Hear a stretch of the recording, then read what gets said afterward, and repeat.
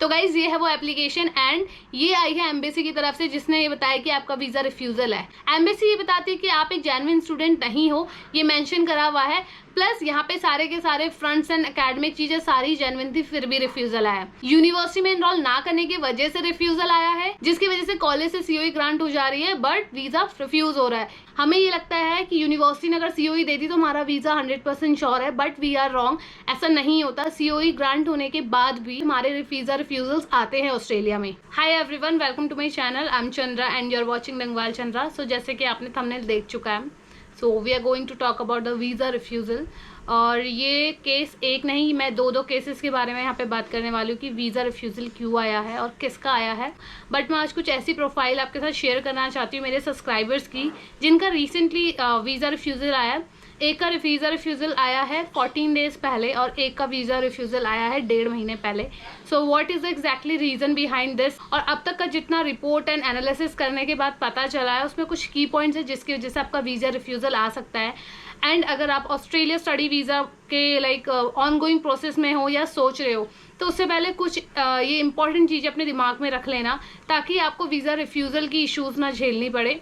और this is really right, अभी embassy बहुत ज़्यादा स्ट्रिक्ट हो गई है और बहुत सारे ऐसे लाइक केसेस भी होते हैं जहाँ पे हमें एजेंट बोल देते हैं कि they will do everything, we just need to pay their charges and fees. But no, don't trust them, क्योंकि मैं आपको एक रियल टाइम एक्सपीरियंस बताने वाली हूँ। यहाँ पे मेरे 2 सब्सक्राइबर्स है, प्लस मैं आपको यहाँ पे इनका पूरा का पूरा एप्लीकेशन दिखाऊंगी। मैं इसमें से कुछ ब्रीफ डिटेल हटा दूंगी, बट मैं सिर्फ आपको रीज़न दिखा दूंगी जो एम्बेसी की तरफ से इश्यूज आए हुए हैं और एम्बेसी ने क्या मेंशन किया है।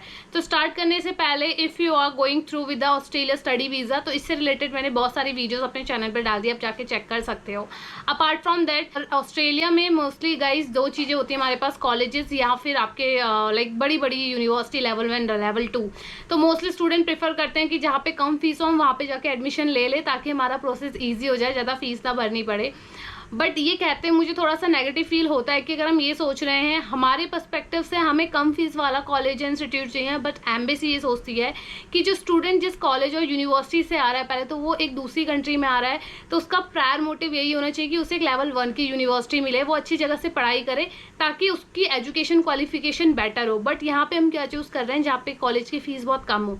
तो this is the first thing. तो यहाँ पे आपको कॉलेज चूज़ करना है या फिर आपको यूनिवर्सिटी चूज़ करनी है, guys always go with the university.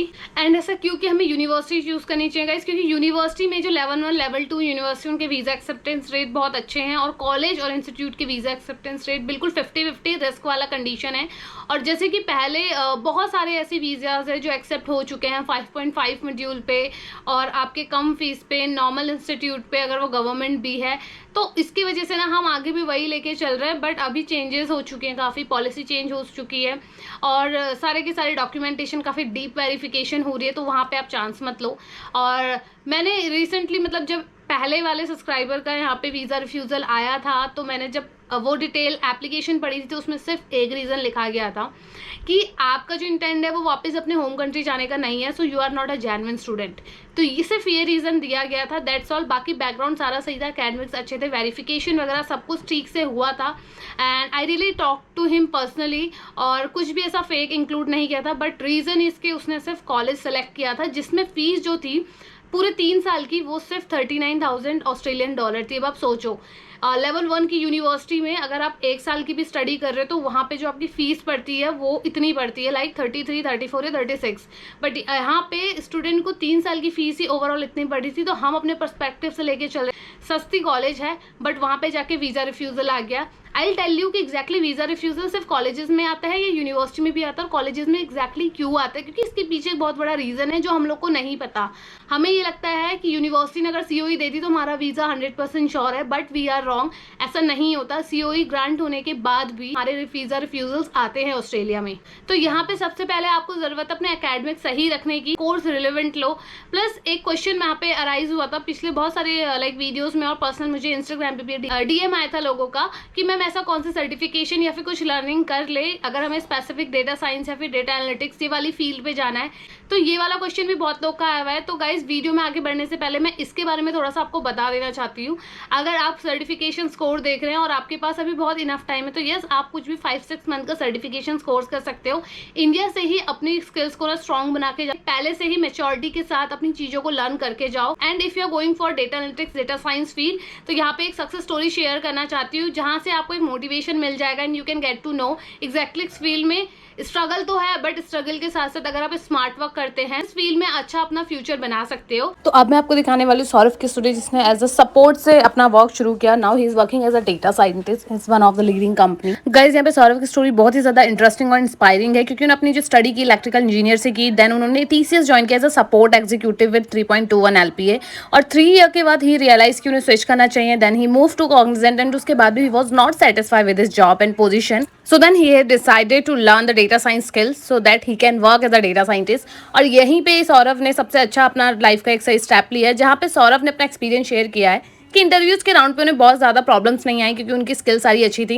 उन्होंने PwC इंडिया, हुआवे एंड जेनपेक जैसी कंपनीज में इंटरव्यू दे। फर्स्ट राउंड में ओवरऑल उनको basic definition and crucial concept पूछे गए। सेकंड में प्रोबेबिलिटी एंड स्टैटिक्स और स्केल रहनी चाहिए। And third most important he set कि उसमें आपको इंटरव्यू के टाइम पे अपना गाइस कोई भी प्रैक्टिकल इंप्लीमेंटेशन या प्रोजेक्ट दिखाना बहुत ज़रूरी है, वो आपको एक प्लस एडवांटेज देता है। तो ही सेट फ्रॉम अगर आप नॉन IT स्टूडेंट भी हो और आप किसी दूसरे बैकग्राउंड से हो तो भी आप as a data scientist work कर सकते हो। And this is all possible because of Odin school, क्योंकि अब सौरभ ने डेटा साइंस बूट कैंप का कुछ कोर्स ज्वाइन किया था ओडिन स्कूल की तरफ से। 6 मंथ में लाइव क्लास के साथ A to Z सारी की सारी स्किल्स उन्होंने लर्न करी, प्लस अनलिमिटेड जॉब अपॉर्चुनिटीज भी आपको मिलती है इंटरव्यू के लिए। अपार्ट फ्रॉम दैट गाइज, इनका कमिंग कोर 30 सितंबर है, प्लस 99,000 GST इनकी फीस है, और 10,000 तक का यहाँ पे आपको अर्ली बर्ड ऑफर भी मिलता है। And you also have option of getting scholarship like 30,000 तक की, तो बहुत अच्छा ऑप्शन है यहाँ पे आपके पास। And they have more than 500 plus hiring partners, तो जॉब अपॉर्चुनिटीज यहाँ पे अच्छी हैं। गाइज, यहाँ पे सौरभ की जैसे मल्टीपल सक्सेस स्टोरीज है, लिंक में आप चेक कर सकते हो। जेन्युइन स्टूडेंट्स है, कैसे उनको कहाँ पे प्लेसमेंट मिला और कितने इन्होंने स्ट्रगल की है। एंड एग्जैक्टली यहाँ पे आपको टेक्निकल के साथ साथ communication skills, apart from that technical जो भी होता है सिखाया जाता है ताकि आपके इंटरव्यूज़ में काम आए। And if you are really interested for the data science boot camp, तो आप जाकर के उन्हें स्कूल में चेकआउट कर सकते हैं। 30 सितंबर इनका कमिंग कोहरेट है, लिंक डिस्क्रिप्शन में दिया जाएगा, वहाँ पर से आप एक्सेस कर सकते हो। सो गाइज, ऐसे ही मोटिवेशन स्टोरीज भी मैं लाते रहती हूँ, आप चेक कर सकते हो और आप भी इनमें से एक हो सकते हो, आपका नाम भी आ सकता है ऐसी सक्सेस स्टोरीज में। Just you need to enroll with the correct platform, और अगर if you are interested with the course with the boot camp, तो आप जाकर के ओडिन स्कूल में अपना एनरोलमेंट कर सकते हो। तो let's come to back our main point guys, कि यहाँ पे जो आपका अकेडमिक्स है वो सबसे ज्यादा इंपॉर्टेंट रोल प्ले करता है। अपार्ट फ्रॉम दैट, ये सबसे इंपॉर्टेंट क्वेश्चन है कि यार यूनिवर्सिटी चूज करें या फिर हम कॉलेज चूज करें। देखो, जितना मैंने एनालिसिस किया, रिसर्च किया, आप जाओ सिर्फ यूनिवर्सिटी पे। मैं इसके पीछे रीजन मैं आपको बता दूंगी। कॉलेज में जब भी आप एडमिशन लेते हो गाइस, कॉलेज में कभी भी आपकी GT को ना बहुत स्ट्रिक्टली नहीं लिया जाता, और मोस्टली केसेस में आपकी जो GT है वो ऑलरेडी अप्रूव कर दी जाती है, means without verification, without interview. और ये चीज़ एम्बेसी को पता होती है, जिस वजह से एम्बेसी की साइड से डीप वेरिफिकेशन होता है। तो यहाँ पे अगर आप यूनिवर्सिटी जाते हो तो यूनिवर्सिटी पहले डीप वेरिफिकेशन करती है, उसके बाद जाके आपका GT इंटरव्यू होता है, पास होती है, उसके बाद आपको फीस डिसबर्समेंट और आपका COE ग्रांट होता है। तो यहाँ पे ना एक स्टेप मिसिंग होता है हमारे पूरे प्रोसेस में कॉलेज और यूनिवर्सिटी का। प्लस यूनिवर्सिटी में ना एडमिशन लेना बहुत इजी होता है, ज़्यादा प्रॉब्लम्स नहीं आती, ज़्यादा वेरिफिकेशंस नहीं होता, बट यूनिवर्सिटी में थोड़ा सा लंबा प्रोसेस होता है, जिस वजह से आपको एम्बेसी के टाइम पे बहुत ज़्यादा स्ट्रगल करना पड़ता है। मेरे दोनों ही सब्सक्राइबर ने यहाँ पे जो एडमिशन लिया था वो कॉलेज में लिया था, और वो जो कॉलेज था ना वो आता तो ऑस्ट्रेलिया के अंडर गवर्नमेंट कॉलेज में है, बट उसका फिर भी वीज़ा रिफ्यूज़ल आया क्योंकि उसकी जो COE थी वो ऑटोमेटिकली ग्रांट हो चुकी थी और ज़्यादा डेप वेरिफिकेशन नहीं था। देखो, आपकी वीज़ा के रिफ्यूज़ होने के मल्टीपल चांसेस हो सकते हैं, बट एग्जैक्टली कौन कौन सी चीज़ को हम ठीक कर सकते हैं, हम ये कर सकते हैं कि आप कॉलेजेस मत चूज़ करो, आप यूनिवर्सिटी चूज़ करो। और मैं इसलिए ये कंसिडर करती हूँ कि अभी तक इतनी ज़्यादा वीज़ा रिफ्यूज़ल्स आ चुके हैं, पॉलिसीज चेंज हो चुकी है, कहीं ना कहीं आप अभी स्ट्रगल करते हो कि यार कम फीस के लिए हम चले जाएँ और आगे प्रोसीड कर ले, but what is the benefit जब आपको वीज़ा रिफ्यूज़ल ही आना है और आप डेप्थ वेरिफिकेशन करो कि आप कहाँ जा रहे हो, किस यूनिवर्सिटी में जा रहे हो, उसका लेवल क्या है। लेवल 1 यूनिवर्सिटी में काफ़ी अच्छे से प्रोसेस रहता है, थोड़ा लॉन्ग रहता है, तो प्रायर आप 3, 4 या 5 महीने पहले से शुरू कर लो। तो मेरे दोनों सब्सक्राइबर का फर्स्ट मिस्टेक ये था कि उन्होंने कॉलेजेस में किया। इवन सेकंड वाले को मैंने समझाया भी था कि प्लीज़ आप कॉलेज को छोड़ करके यूनिवर्सिटी में चले जाओ, बेटर रहेगा। वीज़ा रिफ्यूज़ल के रेट बहुत ज़्यादा हैं फिलहाल, बट ही सेड कि नहीं, अगर वीज़ा रिफ्यूज़ होना हो तो कैसे भी हो जाता है। वैसे ये पॉइंट भी सही है, बट मेरा ये मानना है जो चीज़ अपने हाथों में है वो चीज़ आप ख़राब मत करो। कॉलेज बिल्कुल भी फिलहाल कंसीडर मत करो, आपके पास बाद में ऑप्शन होते हैं कि अगर आपको यूनिवर्सिटी नहीं सही लग रही आप कॉलेज जा करके चेंज कर सकते हो, वो बात की बात है, वो ना ऑस्ट्रेलिया जाने की बात है। बट अगर अभी आप यहीं अपने रेस्पेक्टिव कंट्री में हो, चाहे आप पाकिस्तान से हो, नेपाल से हो, चाइना से हो, तो what is important for you, important is कि आप ऐसी जगह करो जहाँ के वीज़ा सक्सेस रेट अच्छे हों। ये सारी प्रोसेस है, आपको मतलब मेरी स्क्रीन पे दिख रहा होगा। यहाँ पे एम्बेसी ने बस एक ही रीज़न दिया, और रीज़न इज़ कि आप यहाँ पे जो है ना जेन्युइन इंटेंट नहीं आ रहे हो, आप यहीं पर ही रुकोगे और अपने आप होम कंट्री बैक नहीं जाओगे। ये एक रीज़न देके एम्बेसी सीधे आपका वीज़ा रिफ्यूज़ल कर देगी, नो मैटर आपने कितनी फीस भरी है, आपने कितना अपना बैकग्राउंड फंड्स दिखाया है, कितना जेन्युइन स्टूडेंट आप हो। बट मैं अभी के लिए आपको ये सजेस्ट करना चाहती हूँ, better to go with university level 1 और लेवल 2, इसके अलावा कुछ नहीं। Don't go for colleges. और बहुत सारे अभी स्कैम पैकेज वाला सिस्टम चल रहा है। इमिग्रेशन सेंटर ये बोलते हैं, जो कंसल्टेंसी होती है वो बेसिकली आपको ऑफर प्रोवाइड करती है कि इस यूनि में हम कर देंगे, इस कॉलेजेस में कर देंगे। गाइस उसमें भी मत रहो, क्योंकि ना पहले की बात अलग थी, अभी आप भी देख रहे हो कि सिचुएशंस क्या है, कंडीशंस क्या चल रही है। सो बेटर है कि आप जाकर के यूनिवर्सिटी में करो, और कहीं भी जो भी अगर आपको एजेंट बोलता है कि लाइक आपका इस कॉलेज में हम करवा देंगे, हो जाएगा, but how is it possible, क्योंकि वीज़ा जो लगता है वो एजेंट के हाथ में नहीं होता है, वीज़ा तो एम्बेसी से ही लगता है, तो वो सारी कंडीशंस वहाँ देखी जाती है। अपार्ट फ्रॉम दैट अपने कोई भी डॉक्यूमेंट्स फेक मत लगाओ, जो है उसे जेन्युइन दिखाने की कोशिश करो, गैप को कवर करने की कोशिश करो। बाकी कुछ और भी चीज़ें हैं जो मैं इस वीडियो में आपको नहीं बता सकती, to how to cover the gap, और फंड्स कैसे शो करना है, किस किस फील्ड में। वैसे मैंने फंड से रिलेटेड वीडियो डाला है, आप उसे चेक कर लेना। अगर कुछ और चीज़ें आपको जाननी है, आप मेरे इंस्टाग्राम पे मुझे फॉलो करके पिंग कर सकते हो। आई लेट यू नो कि एग्जैक्टली क्या क्या चीज़ें आपको की पॉइंट देखनी है। बट मेन की पॉइंट यही है, यूनिवर्सिटी लेवल या लेवल 2 उसी में ही आप अपना एप्लीकेशन डालो। सेकंड चीज़ आपकी एकेडमिक सही होनी चाहिए। थर्ड चीज़ आपके फंड जेन्युइन होने चाहिए। फोर्थ लोन ले लो, लोन बहुत ज़्यादा हेल्प करता है आपकी किसी भी प्रोसेस को आगे बढ़ाने में इन अ पॉजिटिव वे। और बेटर है यहीं से अपना PTIELTS करके जाओ। और PTIELTS में अगर नंबर नहीं आ रहे उसकी वजह से भी बच्चे कॉलेजेस ले लेते हैं, जिसकी वजह से कॉलेज से COE ग्रांट हो जा रही है बट वीज़ा रिफ्यूज़ हो रहा है। कि सारे कंडीशन जेन्युइन है, और किसी को पर्सनली अगर पूछना है कि एग्जैक्टली क्या सिनेरियो था, तो मैं आपको रिलेवेंट लाइक सारी चीज़ें बता दूंगी क्यों वीज़ा रिफ्यूज़ हो रहे हैं।